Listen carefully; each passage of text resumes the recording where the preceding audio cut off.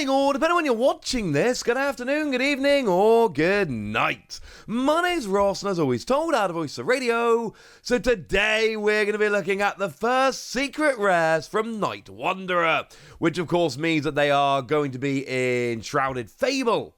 Over in English, we've got the entire Dusknoir Evolution line. They are all getting an illustration rare. The illustration rare is being done by James Turner, who has done one Pokemon card before, but you might not have even realized it. You might have seen their style, though they are incredibly distinctive. And we've got cards here that are actually kind of interesting. Now, if we start off with Duskull here, it's actually not too bad. What we've got here for a single energy is that you can play up to 3 Duskull from your discard pile onto your bench.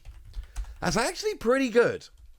Honestly, 1 psychic energy, and you choose up to 3 Duskull from your discard pile and put them onto your bench. And remember, if you put them onto your bench as part of your attack, that means they will be benched at the beginning of your next turn, which means they will be ready to evolve. That's the key here. It's not just that you're getting them at your discard pile and getting them down and all of that.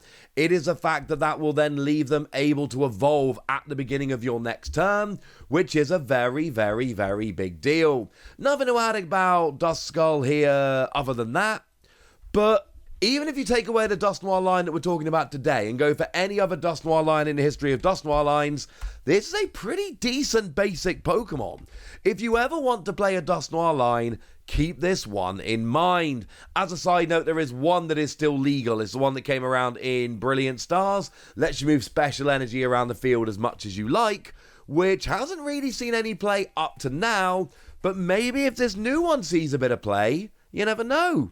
Could be good. Now, we're going to deal with Dusclops and Dusknoir together because, honestly, they are very much a pair. They're doing that thing where they've basically got the same ability, but it's better on the stage too. You have to knock them out. Now, that's obviously a massive downside.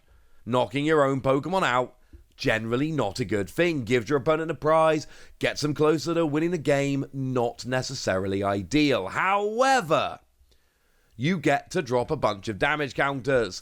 Dusclops, you get to drop 5 damage counters. Dusknoir, you get to drop 13 damage counters. Now, very, very clear, and this is very important, must be dropped onto the same Pokemon. You drop them onto one of your opponent's Pokemon. Can be anyone, could be active, could be bench, it doesn't matter.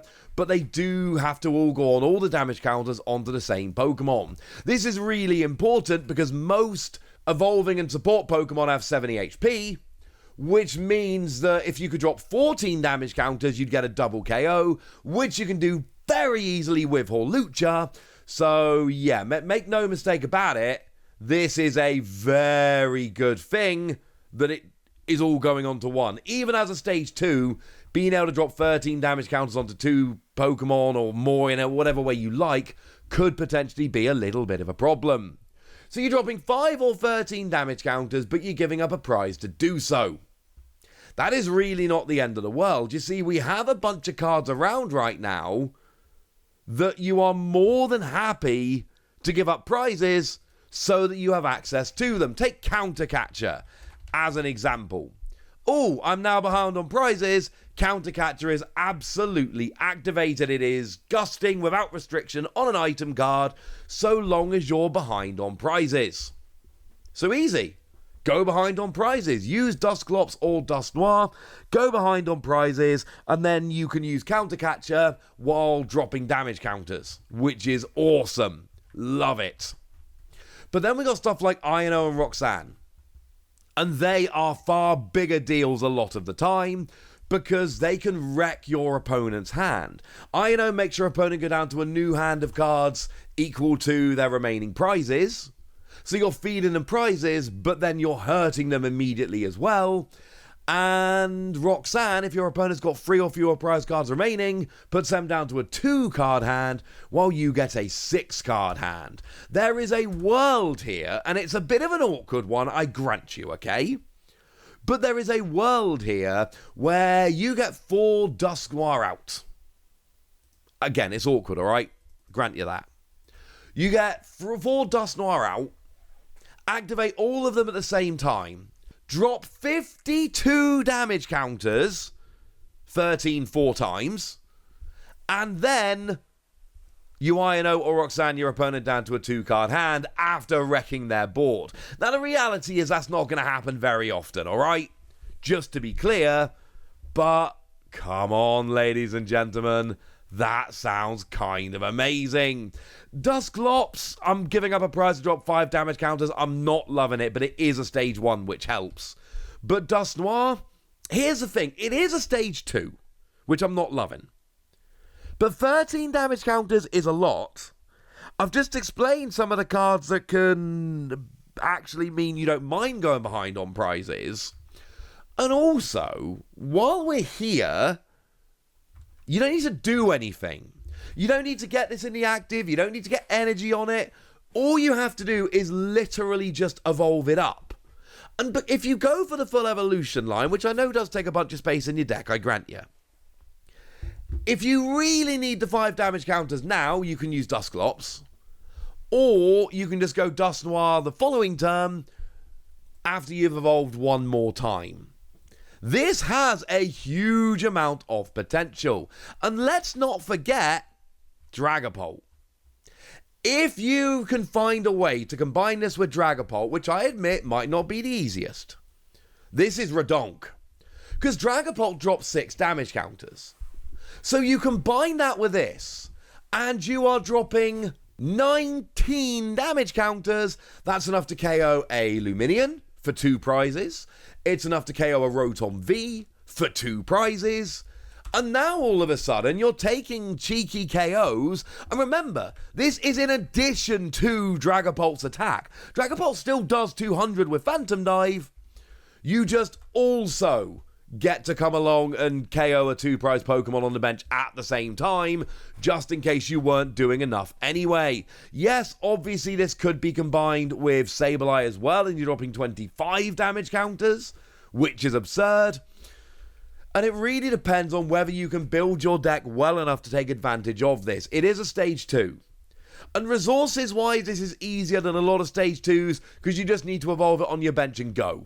But deck space is going to be the issue, and obviously the consistency hit you take by having 6, 9, 12 cards in your deck for this Dusknoir line. But I'm telling you, if you can pull it off, this is really potentially amazing. The attack, I should say, on Dusknoir, it's not completely, utterly garbage. It's free energy, 150, your opponent can't retreat next turn. It's not some kind of game-breaking attack, let's be clear. But 2-hit KOing while stopping your opponent retreating, it's not stunning, it's not amazing or any of that, but it's useful, it's decent, it's okay. That is the best thing I can tell you about it. But what about the illustration rares? You'll notice here it is a full-on trio of cards, and you might recognize the art style. It's James Turner. Now, James Turner worked for Pokemon and is just a phenomenal artist, very distinctive style. And one of the things I love about the cards, notice there's another story going on here. As Dusknoir evolves up, it's creeping closer and closer and closer. So while it's a Duskull, it's just kind of chilling outside. By the time it becomes Dusclops, it's looking over your hedge. And then by the time it's Dusknoir, it's right outside your door. I adore this. Few fun notes here. James Turner, you might notice there was a new range of summer gear that just went up on the Pokemon Center very recently with a very distinctive art style. That's James Turner. Incidentally, the best follow I found on Twitter, bar none, literally the best. So I would highly, highly, highly recommend following on Twitter for some absolutely stunning artwork.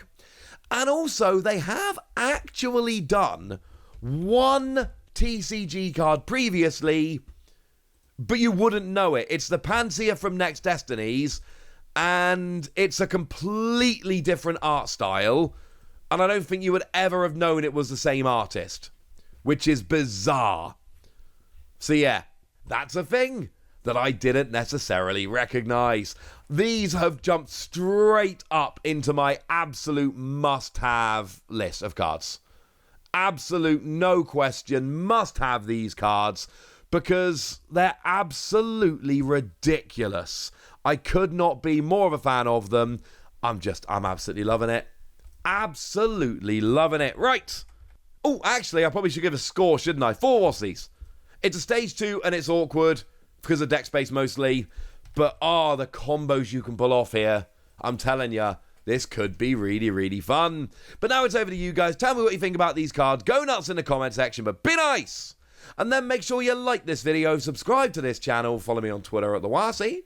That's where we talk about Pokemon and a whole bunch of other card games. And please do consider checking out patreon.com/PTCG Radio, where you can support the channel, get some bonus podcasts and all kinds of fun things.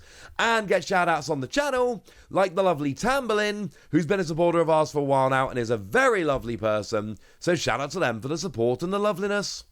But by far the most important thing as always, look after yourselves till next time, would ya? Thank you very much for watching. My name's Ross, and you've been watching PTCG Radio.